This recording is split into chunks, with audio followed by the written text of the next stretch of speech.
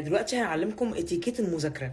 انت دلوقتي عندك كتاب قدامك، فيعني انت عايز تقلب الصفحه، ما ينفعش تعمل كده وتقلب، ده قرف. ما ينفعش تحط ايدك في بقك. المفروض انك تجيب كوبايه ميه قدامك وتغرق ايدك فيها وتطلعها تبقى مليانه ميه وتقلب، هيقلب معاك. دلوقتي احنا معانا كتاب فيه معلومات جوه المنهج وفي معلومات بره المنهج. المعلومات اللي جوه المنهج هتعمل فيها زي ما بتعمل مع صاحبك، هتعلم عليه. النوع التاني من المعلومات اللي بره المنهج، النوع ده يعني خد فكره واشتري بكره، اقرا بس. اتيكيت شرب القهوه علشان نقدر نسهر ونذاكر لامتحاناتنا. تمسكها كده بس تطلع الخنصر، في غضب على الخنصر هنا، وتشرب كده. اوعى تشرب كده.